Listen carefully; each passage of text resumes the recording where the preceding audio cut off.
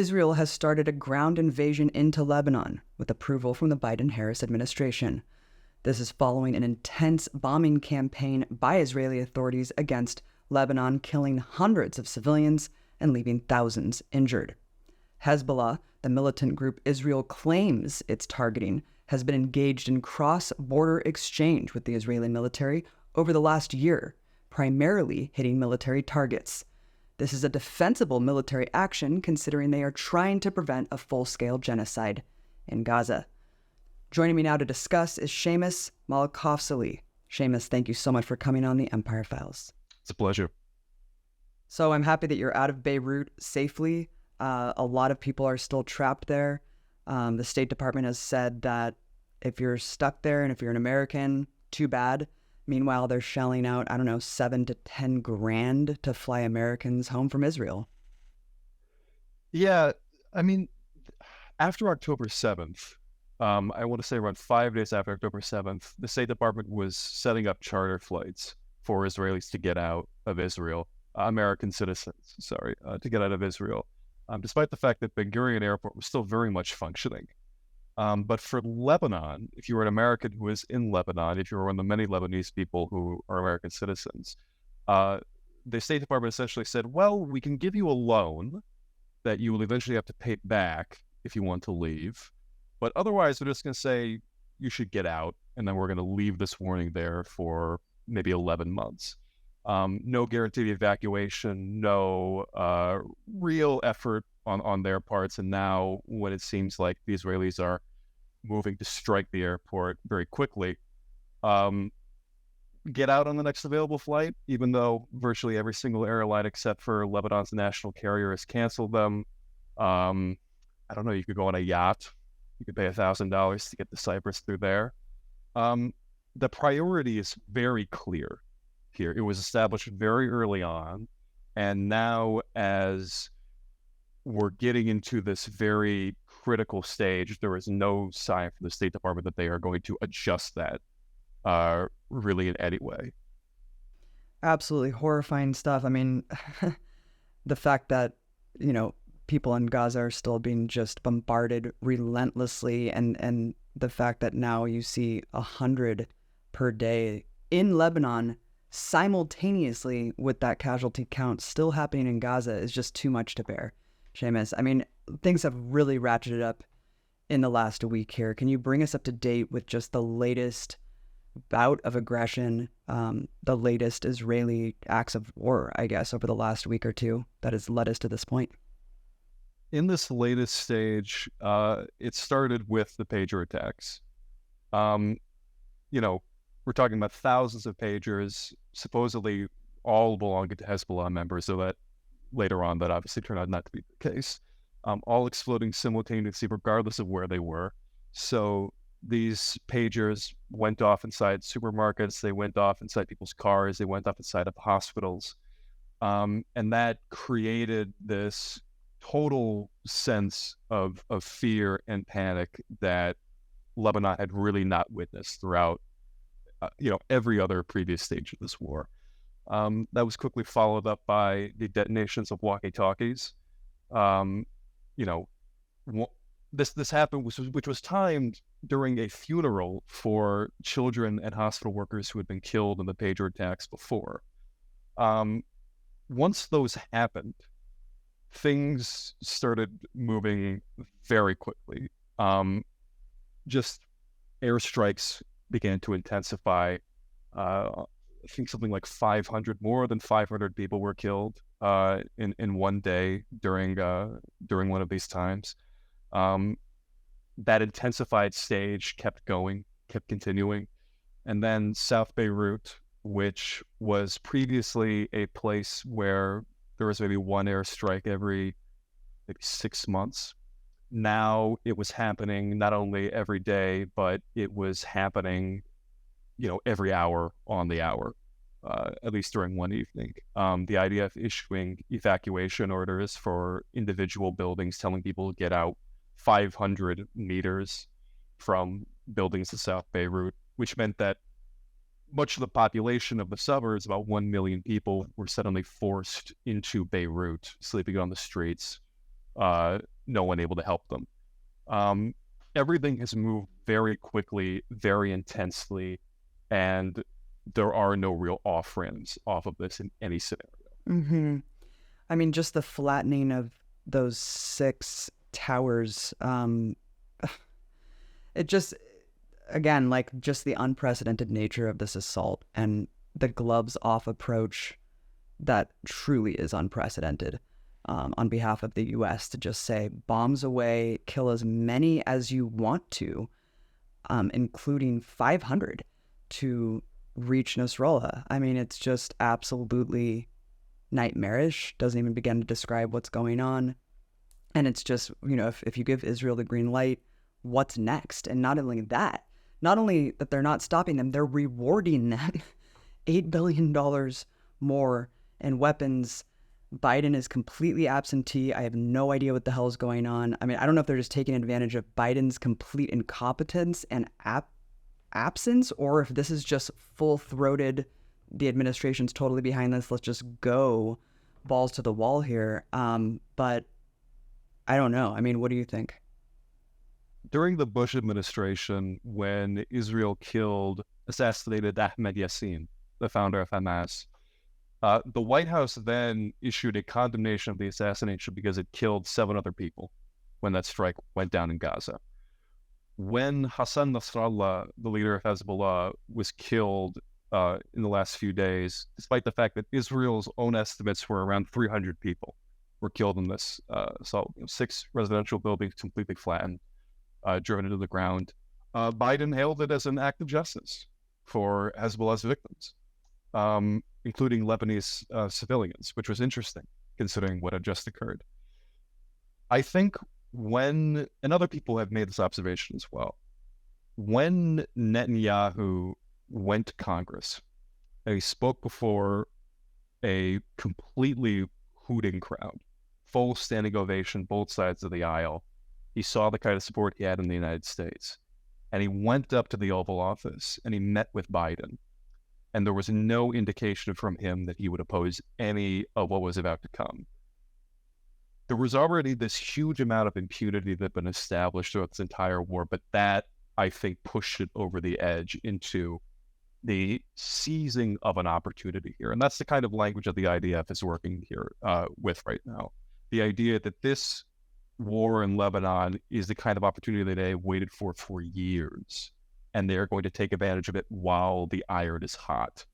And what that means when the iron is hot is they are going to pummel as many buildings as they want to the ground, level as many neighborhood blocks as they want to, move with full force, because they know that all red lines that were established before no longer exist. Yeah, Séamus, correct me if I'm wrong, but when this whole thing started, my sense was, Israel has always wanted to take all of Gaza. They've always wanted to take all of Palestine. They've always wanted to take a large part of Lebanon, but they had always been kind of frustrated with the slow pace they kind of had to do that at to maintain like some semblance of public opinion and to not become a pariah state very quickly. And there was many incidents over the past, less than a decade where they really, they used to have a huge hold on the public narrative, especially in the US where it's most important. But those were kind of slipping, right? You had the Ahed Tamimi arrest, I think like back in like 2018 or something, was like the first big shift in like American public consciousness. You had the Sheikh Jarrah uprising in 2021. And then you really saw just like the narrative completely slipping from Israel, where they were, being ostracized, especially in the US, more than ever before, right? Like those 2021 demonstrations were highly significant. Then you have October 7th, and you have just I think they calculated, okay, this is like our last best chance to go for everything that we want to go for. Like, we're never going to have this much, political capital or sympathy capital ever again. And so that's what was behind just the sheer barbarity that they went on in Gaza, and with the real brazenness that they're doing in Lebanon as well. And so, yeah, I mean, do you agree that they have all these big objectives that they really have kind of been held back from, and now they just have, we have the support, we have the October 7th excuse, and now we can just go for all these huge things that would have been considered like unacceptable, a year or two ago? I think that's 100% correct. And I think it's more driven by this current, over the past 9 or 10 months, it's driven by the fact that they had that capital.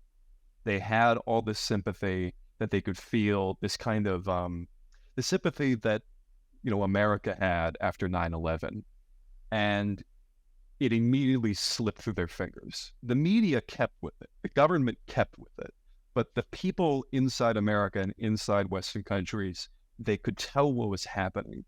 And when that break happened, when it was clear that the generational shift was set and was no longer, this generation was not going to be saved for Israel, that's when they had to gun for it. This is an existential war. That is something that the Acts of Resistance has said, and that is something that Israel is basically operating on. That the Middle East needs to be reshaped in Israel's image. Back before October 7th, when the Abraham Accords were happening, Netanyahu had gone before the UN General Assembly and had, an infographic, essentially, of the new Middle East that was being formed, one that was surrounded by these agreements that were going to happen with Saudi Arabia and the UAE and other nations, that, the Palestinian issue had been bypassed and that Israel was able to form these agreements without them. And when that was obviously not the case anymore, when October 7th happened and things were forcefully reoriented and the Palestine problem was reestablished at the forefront, Netanyahu had to forcibly pull it back in the way that he wanted to. And now that he sees that, and the Israeli establishment sees that opportunity, with the media behind them, with the government behind them, even if the population is not with them, they need to seize it. They need to get it, all of it. All of it. And I really do mean all of it. I mean, right now, there are Israelis talking about not only striking Lebanon, they're talking about striking at Iraq. They're talking about, there are pressure groups in Israel right now talking about settling South Lebanon, which is something they were never able to do during the occupation in the 1980s and 2000s. This is a chance for them, even if their economy is failing, even if the world hates them, they see this as a chance to extend the lifespan of the state. However long they want it to be, even if they have to rule on ruins, they want to keep it all. And this was deemed anti-Semitic to talk about the Greater Israel Project, even though you have Israeli commanders displaying the patches and openly talking about this, openly talking about colonizing outside of the official borders of Israel. I mean, that's why they're in Syria and Lebanon. So it's just shocking to see this violent conquest happening real time and still be just continuously gaslit about it, while you have like publications like the Jerusalem Post being like, is this our promised land? Oh, they deleted that article very quickly after they published it because they knew how it looked. But there used to be an argument that the idea that there was a greater Israel, that Israel wants to colonize other places, that's just bunk. All they want is really the West Bank and Gaza, but everything else is kind of, it's not really an issue.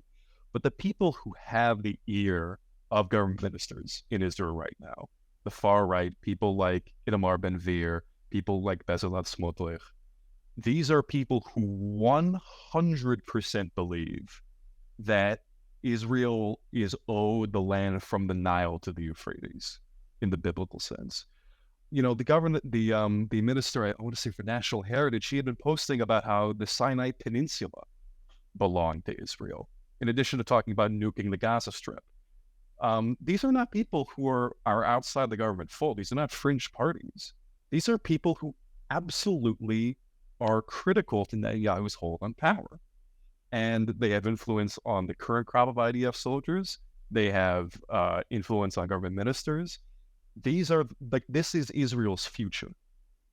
Israel is not going back to liberal Zionism or whatever Vox wants to talk about. Liberal Zionism is dead, if it ever truly existed. The future is open calls to conquest and genocide. They're not hiding this sort of thing anymore. At least they don't want to. I think that's what makes it so comical to see this dueling reality between our, Western politicians and media juxtaposed to like actual Israeli officials and media, because there is no hiding what is happening at all. And then you just constantly have Kirby just, I don't know, I need to look into what's going on here. Oh, just, I mean, God, like we thought Sarah Huckabee Sanders would bet. These people just fucking go up there day after day and just pretend to not know anything. What a crazy job. You were living in Beirut, Séamus. What exactly are they bombing? Because Beirut is this beautiful international cultural hub, and they have committed several strikes there. One against Popular Front for the Liberation of Palestine, which is a Marxist group. I think 3 members were killed in a targeted assassination in a building in Beirut, and then I think a Fatah leader was just assassinated tonight, right before we started this. But they're primarily like pummeling southern Lebanon. So talk about these targets and how it counters the narrative that these are just Hezbollah targets. I mean, yeah, the justification that the IDF has always presented is that they're hitting Hezbollah rocket launchers, or they're hitting Hezbollah military installations, and so on and so forth. And a lot of Hezbollah fighters have been killed. There have been a few hundred who have been killed over the course of this. Yeah, because I've heard all the explosions that we're seeing that are massive are just, those are all just secondary explosions, because they're all just rocket launchers. So that's why the explosions are so big. That's why all those apartments were leveled, actually. No, there's you hear these things over and over and over again, and obviously in the midst of this, obviously they have to hit Hezbollah at some point. But again, the intentions in Lebanon are the same in Gaza. This is what they've announced, over and over again. They wanted the same things. It's not purely about military targeting. It is about the targeting of the entire society. This was established in 2006 with the Dahia Doctrine, and it's being re-implemented here. So not only are Hezbollah fighters being targeted, or Hezbollah rocket launchers being targeted, we're talking about paramedics, we're talking about emergency responders, we're talking about apartment buildings, we're talking about, the place at the Kola roundabout in Beirut, the building that was hit is full of doctor's offices, in addition to being a residential space where these people were. They are hitting everything and anything. There hasn't been a specific hospital that is hit yet, but they're striking in the vicinity of these places. They're striking in the vicinity of the Beirut airport. There is nothing that is off the table. And the strike that you're talking about with the PFLP members, that was the first strike inside Beirut, the city limits of Beirut proper, since I want to say the Civil War, like in the 1980s.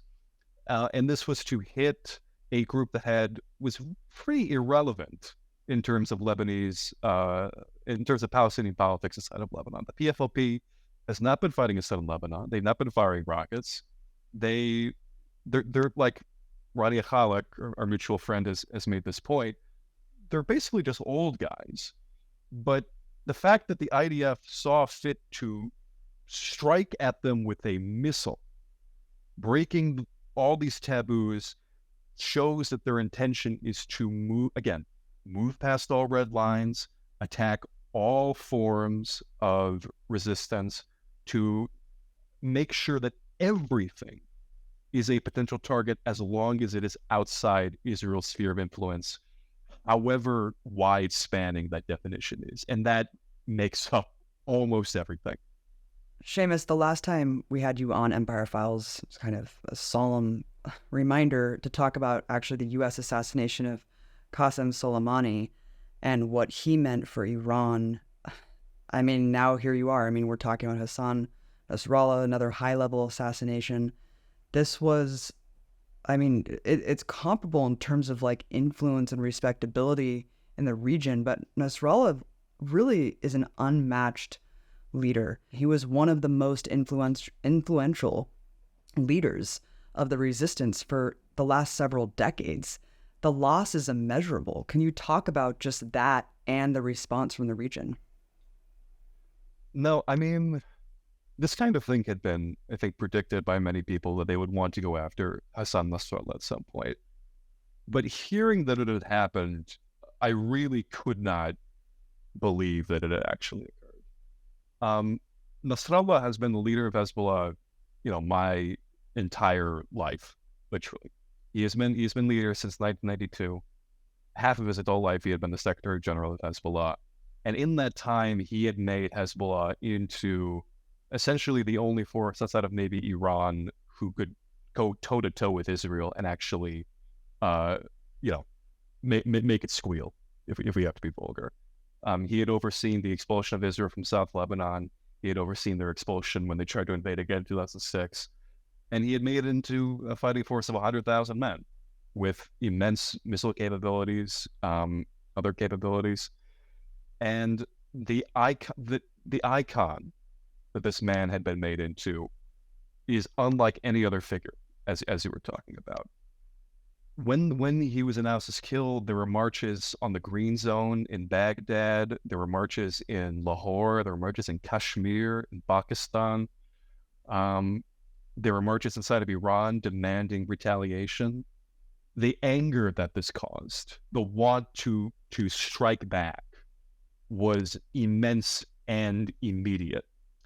And if the idea was that, oh, this is going to totally decimate the entire organization and they're going to fall back and they're going to, sink back and it's all going to be over, that is absolutely not the case. It's a huge blow that shouldn't be discounted. We shouldn't pretend otherwise, but the idea that this is going to lead to the collapse of the organization is completely farcical. I remember when I first saw Nasrallah speaking, because of course you don't ever hear from these people that were told to hate and that they deserve to be killed. But I remember when Assange had his show on Russia Today, and his first guest, if I'm not mistaken, was actually Nasrallah. And I remember Nasrallah, this is when I barely knew anything about Palestine really, and I just was under the auspices I support a two-state solution. This was 20-something years ago. And I remember Nasrallah laying out perfectly the framework of how that was impossible and how only one democratic state where Jews, Muslims, and Christians can live and coexist. And I was like, who the hell is this guy? This guy makes so much sense.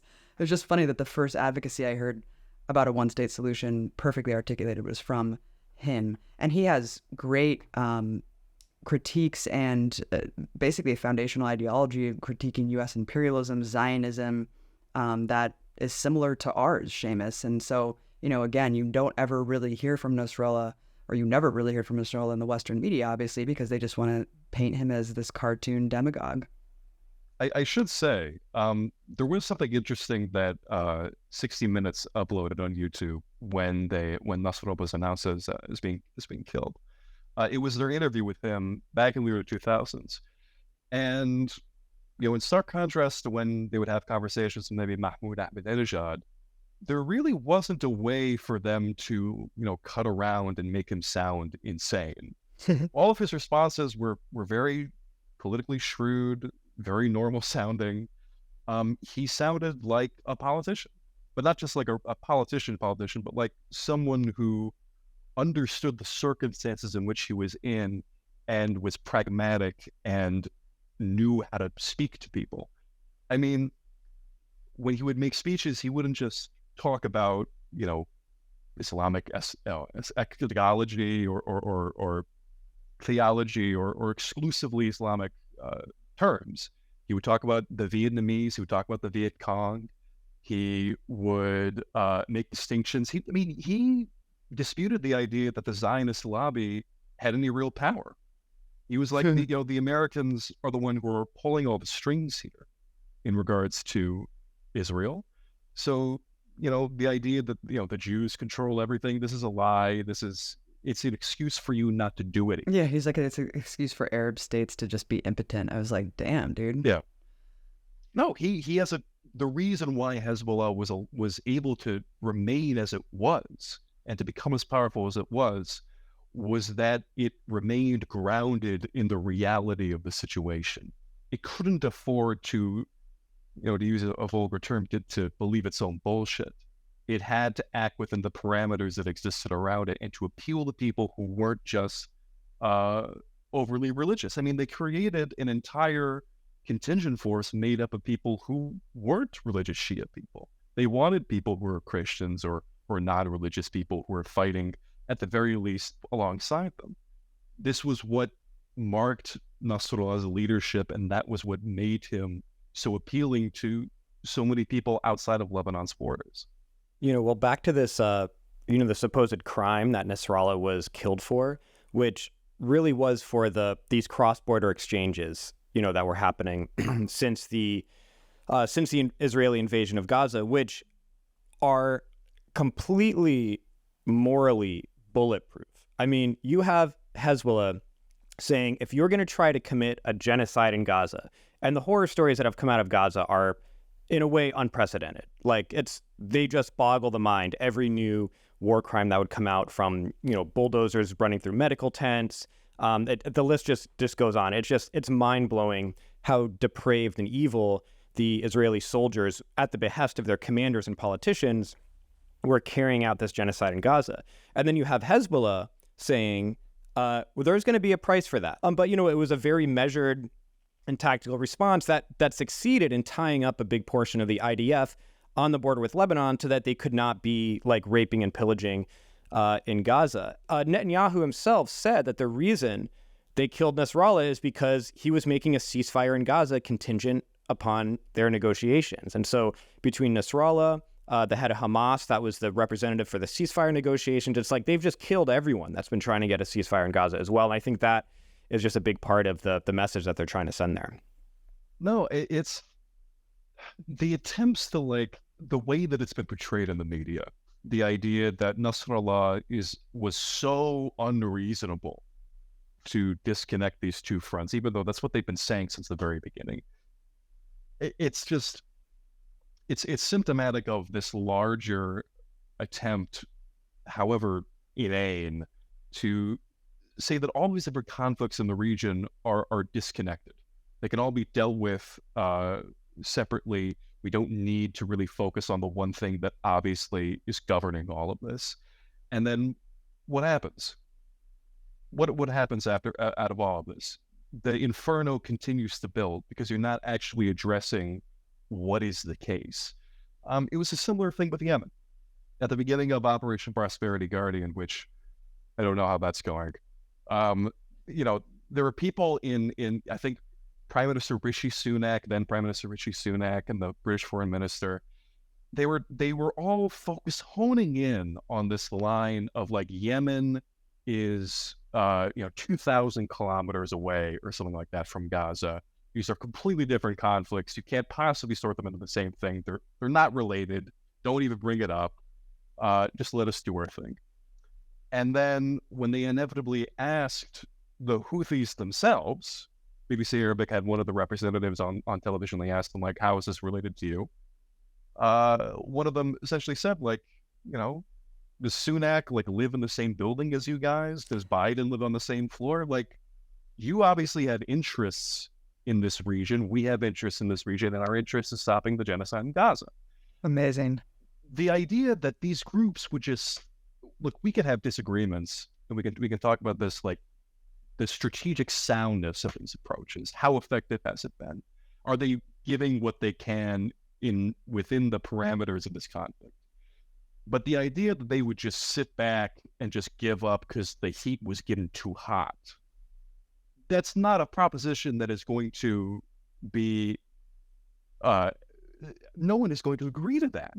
Nasrallah is not going to agree to that. The Houthis aren't going to agree to that. Iran is not going to agree to that. And you know this deep down. So you are essentially giving them an ultimatum that is going to fail.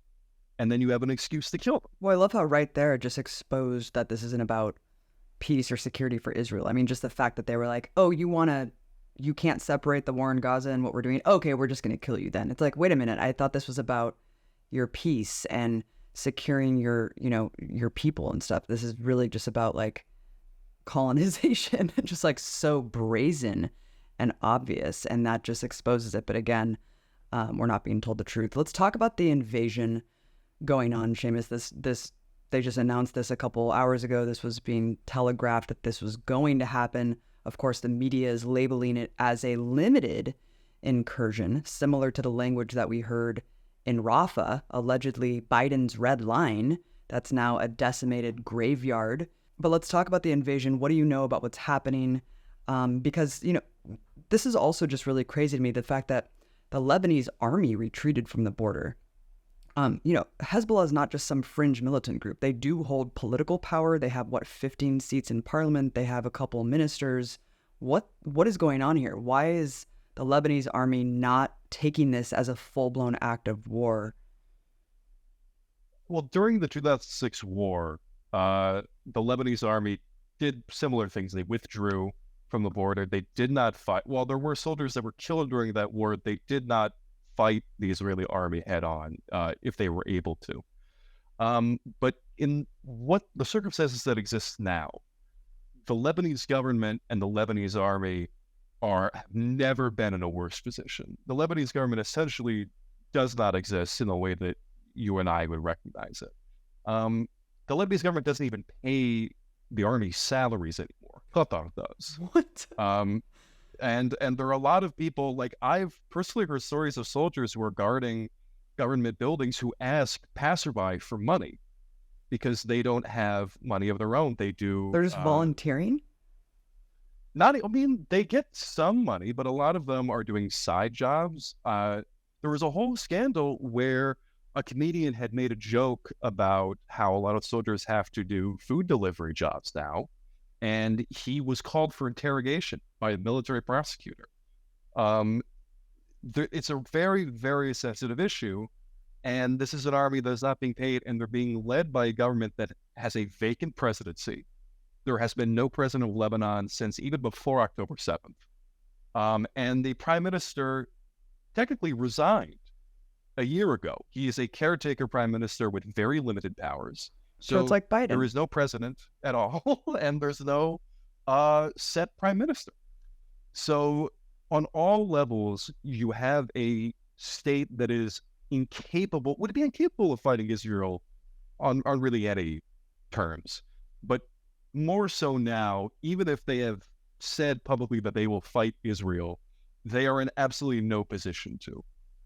The reason why the U.S. and other states talk about the importance of funding the Lebanese military now is because an ideal Lebanese military to the United States is one that does not fight Israel ever. It is one that puts down internal rebellions and can oppose the monopoly of military power that Hezbollah has. But Hezbollah is far more powerful than the Lebanese state when it comes to the military. They have much more firepower. They're better trained. They know what they're doing, and they have the monopoly of power in order to effectively counter an Israeli invasion as they did in 2006. The Lebanese military has none of these things. It really doesn't. It's so funny thinking of just the U.S. taxpayers subsidizing the Lebanese army just so they will refuse to fight an invading army. No, none of it makes any sense. But this is the game of U.S. support in Lebanon for the past several years, if not longer, has just been to keep it together and hope that Hezbollah will lose support somehow. None of it has any real long-term planning, but God help them, they got to continue with it. Yeah, just like sanctions. Well, and eventually people will just be so desperate they'll inevitably overthrow the government. I mean, it's just complete batshit logic. How many resources are being diverted from Gaza to Lebanon in terms of the Israeli army? Do we know maneuvering and how many troops are amassing right now to invade? Because what does that really mean? Sure. I mean, Are they even announcing this is the limited incursion that we're initiating? I know that the State Department's kind of laid out oh no, we're actually in full agreement to this. Here's what Israel's going to do. And they keep saying, oh no, don't worry. This isn't Gaza. This is going to be a cleanup, super quick. We'll be in and out. I mean, the IDF has made an announcement that they were going to do, limited. They added a lot of super adjectives to it, very limited ground troops being supported by other factions of the army, but they're only going into villages directly on the border. Other people talking about it's only going to last days, not weeks. We'll see. Right now, there have been a few divisions that have been diverted to the Israeli border. People who have been preparing for an invasion. Despite the fact there has been a clear diversion of troop strength to the Israeli border to fight Hezbollah. The bombardments on Gaza have not stopped. The bombardments in Syria have not stopped. But the bombardments in Lebanon have intensified to a level that I think is somewhat comparable to the bombardments that Gaza was suffering back in October and November. They're not going to stop everywhere, but the brunt of Israel's strength has been diverted to southern Lebanon at this time. This actually just came out from Secretary of Defense Lloyd Austin. So let's look to him because he kind of articulates what the U.S.-Israeli plan is on the border. So this is from Austin, my old division commander, actually. He said, I just spoke with Israeli Minister of Defense Yoav Gallant today to discuss security developments in Israeli operations. I made it clear that the United States supports Israel's right to defend itself, We agreed on the necessity of dismantling attack infrastructure along the border to ensure that Lebanese Hezbollah cannot conduct October 7 style attacks on Israel's northern communities. I reaffirmed that a diplomatic resolution is required to ensure civilians can safely return to their homes on both sides of the border, and made clear that the United States is well postured to defend U.S. personnel, partners, and allies in the face of threats from Iran and Iranian-backed terrorist organizations, and determined to prevent any actor from exploiting tensions or expanding the conflict. What Austin is saying the mission is to prevent Hezbollah from committing an October 7th over the border. And so if that's what the discussion was... October 7th style attack. Yeah, which means like an invasion of... Multiple? They also said there was plural? Yeah, right. All right. So yeah, so that's it. So I guess the question is like with Gaza, it's like, our mission in Gaza is to make sure Hamas is completely destroyed and eradicated. And that's basically the mission that they set out with Gaza. And that's why they're like, well, we can't have a ceasefire. We can't end the war because we have not completely eliminated Hamas, which is the justification for just a massive amount of just mass killing and all the other war crimes. With Lebanon, it seems right now they're not saying that the goal there is to completely eliminate Hezbollah, but just to get rid of their attack infrastructure on the border. And so, yeah, I mean, this could go two ways. It could be that. I don't know what that would look like. So what are the two scenarios? That they are just trying to get rid of attack infrastructure on the border, which also seems pretty tough because attack infrastructure is deep underground. It's like very sophisticated. It's a very different situation than Gaza even, which also has sophisticated tunnels and things like that, just nothing compared to Lebanon. Or is this something that's going to continue to ratchet up? Yeah, because it seems like this is like a trial balloon where they're just throwing it out there to be like, well, we're just going to take this out. But it seems like once they're there, why would they stop? Right. When, again, this is their green light to go for it. Exactly. I think this is more or less a trial balloon.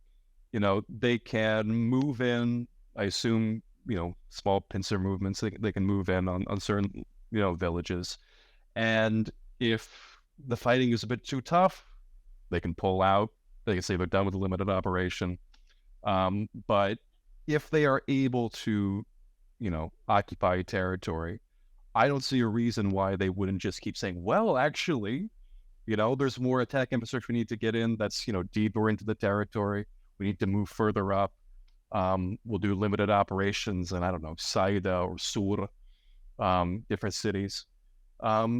I don't see a reason why they wouldn't continue taking this opportunity as far as they believe that they can take it. They have no reason to. They have no reason not to. And, like you're saying with, the far right in Israel, they've been talking about verbatim. They've been talking about literally annihilating Lebanon. They are talking about Lebanon and Hezbollah being the same, that there is no difference between them. And that is a carte blanche to attack everything. That is a desire of a great many in Israel. There is, again, like I was saying at the beginning of this, there are no real off-ramps. The only off-ramp that exists lies in the Oval Office or in the Knesset. Mm-hmm. They are the ones who hold the cards of this escalation, and there is no sign that they would climb down from anything. Exactly. I mean, it's a car careening off a cliff, and we're all just watching it happen in slow motion. I think that Israel also has particularly a grudge and revenge against Lebanon and Gaza, of course, because they were embarrassed and mortified by being kicked out by the resistance. And so, this is their chance. This is their moment. It seems like these dramatic attacks that are killing hundreds of civilians every day, that's in anticipation for something retaliation. I mean, then so that could be used as a justification for endless expansion and just to continue going down that road. It's amazing the level of restraint thus far, a year almost into this, from other key players of the axis of resistance. Yeah, I mean, I won't speak to this too much because I genuinely don't know the answer to this, but the amount of restraint that the axis of resistance has exercised has, I think, come under the microscope by even a lot of supporters of that collective. The idea that they maybe absorbed too many blows, that they were too patient, and that allowed Israel to create the framework that they then utilized to just continue striking. That they realized, that they understood that there was no real deterrent capability that was being created, and they could go into Tehran to kill Hania, they could go deep into Beirut and kill Fuad Shukr. And, Israel would not fear a gigantic escalation because they knew that Lebanon could not afford a gigantic war. Iran is not going to, probably go into a war with Israel if they wanted to. And it was a different reality that was being created there. But in terms of this narrative of revenge, I think that's part of it. I think that is definitely part of it. I mean, when Biden released that statement about the killing of Nasrallah, he talked about, the Americans who had been killed in the barracks bombing back in the 1980s, which describes a terrorist attack, even though it was against the military target of people who were inside the country, but that's a different thing. And when that happened, I mean, a lot of us didn't see that because we're in sort of a different world online, but there were, I followed the Israel Foreign Ministry, is their Twitter account. I get notifications. And there was just this sea of congressmen that they were retweeting, talking about how amazed they were, how supportive they were of Israel getting justice for their Marines who died back in the 1980s. Oh my God. They saw it. Like, there is nothing that Israel loves doing more than pleasing the Americans if they can get what they want in the process. They see themselves as that proxy when it's convenient, and they get to abscond with it when it's not.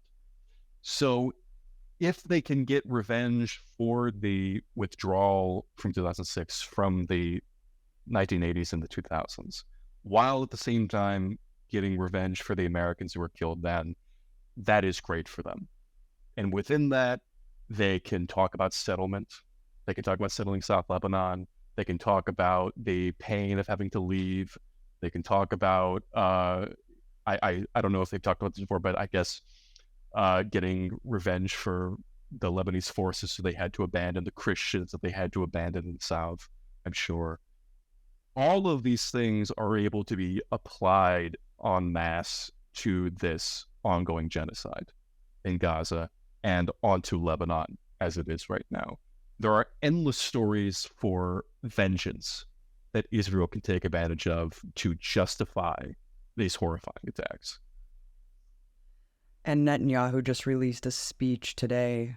It's like increasingly it's more difficult to tell what's AI and what's real because it's just so surreal looking. Like, Netanyahu looks demonic, like quite literally. He looks like he just looks bizarre. And he's you know what I mean? I don't want to interrupt you, but like at the UNGA, I saw certain angles of Netanyahu, and he looked like he was dying. Seriously, like, bad. Did he take that? Yeah. What is that weight loss drug that makes you lose like 100 pounds? He looks or like the stomach stapling. I think he got the surgery. Something maybe. bad, like, is happening to him. Like, he's drinking from the Hopefully. blood goblet.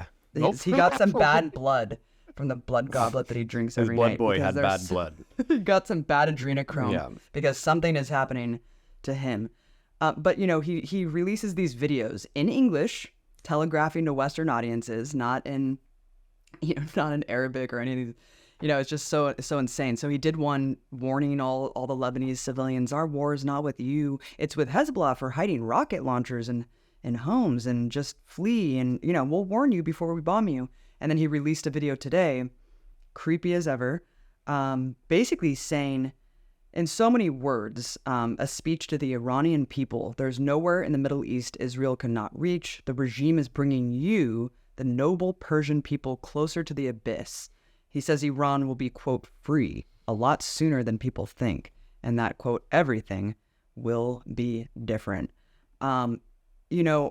It does seem like Iran is really, it's kind of sad, because it's like, on one hand, Iran obviously does not want a full-scale war with Israel, because they know it's just going to involve the U.S., and that's what they've been trying to avoid this whole time. I think that Iran, in some measure, is desperate for normalization, similarly to what Obama was doing with the Iran nuclear deal. And I think as pie in the sky as this seems, it seems like they're holding out hope for Kamala Harris to resume some sort of policy of normalization. Probably a majority of the Israeli establishment thinks we're going to fight Iran eventually. Like, we're going to do a big war with Iran eventually. We might, sooner is better than later, because later they get stronger. And so it's in our tactical and strategic interests to go for this the first opportunity we get. And so, that's a big question mark now, is as they're on this like belligerent onslaught with these other targets that they've wanted to destroy for a long time, like, where does Iran come in? And so, yeah, like, what do you make of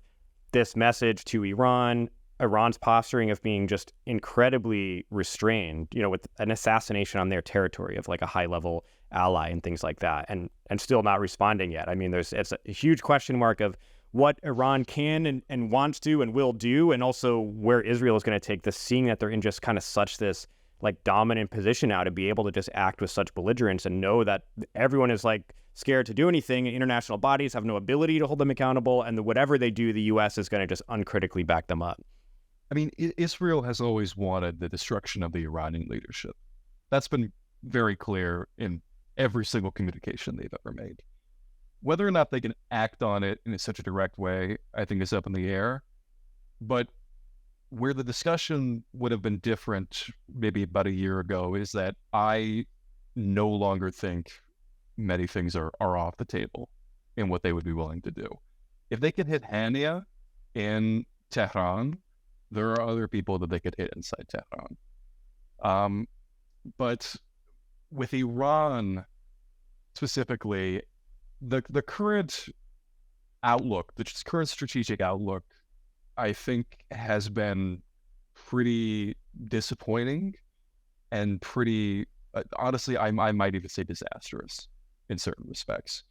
The current population wants a diplomatic agreement with the United States. It's critical to the improvement of the economy. It's, a path of constant détente with the United States, not having peace, not having war. It's not beneficial to anyone. It puts Iran in a very difficult position. But the way that it is now with Israel, it's pretty clear that the Iranian administration got played, and they got played hard. The current president, Pezeshkian, he had said that they were going to retaliate for Hania, but they had delayed it because the United States had told them that it would interfere with a ceasefire in Gaza. Wow. What do you think happened? What happened? Obviously, they were never going to do it. Anyone who had been around during this point would know that it was never going to happen. But nevertheless, Pezeshkian and other people in the Iran administration, not just him, we shouldn't put the blame just on him, believed that this would be, they didn't want to rock the boat. They didn't want to be, non-conducive to an agreement in Gaza. That's what they want. But what that allowed for was the continual assassination of acts of resistance figures, the continual devastation in Gaza, escalation in Lebanon. It made Iran look weak. And this isn't just me saying this. I am also vocalizing opinions that are held by people in the Iranian conservative establishment, inside of Iran, who are voicing these opinions. This is, Hezbollah and Iran are in a pretty bad corner here. They know the devastation that Israel can wring out upon them, the military weight that could be thrust upon their countries. But this idea of continuing to exercise what's called strategic patience, that patience has a limit. And after a certain point, I don't think you could ignore what's staring you in the face. And I fear what happens if that patience continues past this point. Like you say, they're in a bad corner, right? Israel has them in a very bad corner, but Israel has no demands that they can extract from putting them in a corner. They want to completely destroy them. Normally if you're like, okay, we have a total upper hand in this negotiation, you have to give us this and that in negotiation. There's nothing reasonable that Israel is asking for except for their complete destruction in both of the countries. No, it's one of the worst corners you can be in, because, like, let's just say hypothetically, theoretically, the Iranian leadership was willing to become collaborationists with Israel somehow. Israel would have to be willing to see them as people, Iranians as people, and not just cannon fodder. And that is absolutely not how Israel sees Arabs or Persians or, really, let's be frank, any other race. But he said that they were noble. Other than Jewish people. Yeah. Noble Persian people. What's hilarious about that is, like, the line from Zionists is that, okay, we love the Iranian people. We want to see them succeed. We want to see them. All we want is to see a proud, noble Iranian state stand side by side with the Israelis. But then when the Israelis celebrate the idea of doing bombing runs inside Iran, suddenly the monarchists and the supporters of Israel get bewildered. Like, I thought you guys were on our side, but really, they somehow don't get that. No, like, you are a lesser people to these people. Like, they want you dead. That's the thing. That's the whole game of fascism. Like, the thing that makes, like, I want to be clear. I don't think there is a scenario where an Israeli military victory, whatever that might look like, is a long-term solution. This is a state that is absolutely on its way out, one way or another. It is unsustainable on so many different fronts. It will tear itself apart if other states don't get to it first. The issue is that it is going to take everything down with it if it is able to, which is why the ability of the acts of resistance to militarily counter it, that is why it is so critical to this equation. Like, as you were saying, Mike, someone has to do something. And there are groups and countries that are doing something. But one set of nations in particular, that being Israel and the United States, have all the cards. They are the ones who are going up the escalation ladder. They are the ones who are controlling that ladder. And you have to meet them where they are. When you don't meet them where they are, that's when they exact pain onto you. I'll just say this one last thing. When Iran hit back after the strikes on the embassy in Damascus back in April, that was a huge show of force. One that shocked, I think, you and I, shocked a lot of people. And when that occurred, there was a demonstrable deterrent capacity. Even if it killed not a single Israeli, it created deterrent capacity in Syria. Only one, like before this, IRGC generals were being killed with regularity. After this occurred, one IRGC advisor was killed in the months since. But then, when Israel went forward and killed Fuad Shukr and then killed Hani in Iran, and then that retaliation was delayed on Pezeshkian's recommendation, all that deterrent capacity was eliminated. Israel knew that this was a one-off, that the new equation that the IRGC had talked about was bunk, and that they could continue intensifying what they wanted to do. There is a path forward that is plausible and that Iran can return to, but it is going to require a leap of faith here. And I don't know if that is within the current administration's purview. You mentioned earlier that there's no off-ramps for this Israeli escalation, right? Israel is determined to move forward belligerently, as it has been. The U.S. is determined to back it up in every way. That statement from Lloyd Austin was basically confirming this is a U.S.-Israeli operation in Lebanon, just like it's a U.S.-Israeli genocide in Gaza. The U.S. even sending thousands more troops to the Middle East to prepare for whatever blowback is going to come. The UN, the international courts, really noble efforts to try to stop Israel, but they have so far failed to stop Israel from committing a genocide in Gaza and acting with belligerence towards Syria and especially Lebanon. The only, you kept saying there's no off-ramp for this. The only thing that can really make a difference right now, the only thing that can really stop Israel right now is really kind of unmanageable levels of battlefield defeats in Lebanon. Yeah, I mean, maybe their belligerence and arrogance will hurt them in the end, because I was actually surprised to hear that they were doing this invasion because of just how badly they are beat in actual battle. Conventional war, yeah. Conventional warfare. Within my lifetime, right, in southern Lebanon, Hezbollah was, I think, maybe like a quarter as powerful at that time, and the IDF was in a far better position than they are right now. They were far better disciplined, and they were not a pariah state at the time. I don't want to make this sound like a video game where we all cheer for one team or another, and discount the human cost of it. But I have a lot of certainty that going into southern Lebanon, even if they see it as limited, is not going to be pleasant for them. They are going up against a group that cannot be besieged, that is like the one thing they have been doing, and I've said this a lot before, the one thing these people have been training for decades, with extensive combat experience, decades of that, is fighting Israel. That is their whole job. They study their strategy. They get all the weapons they can from Iran. That is all they want to do, and they have that within their sights.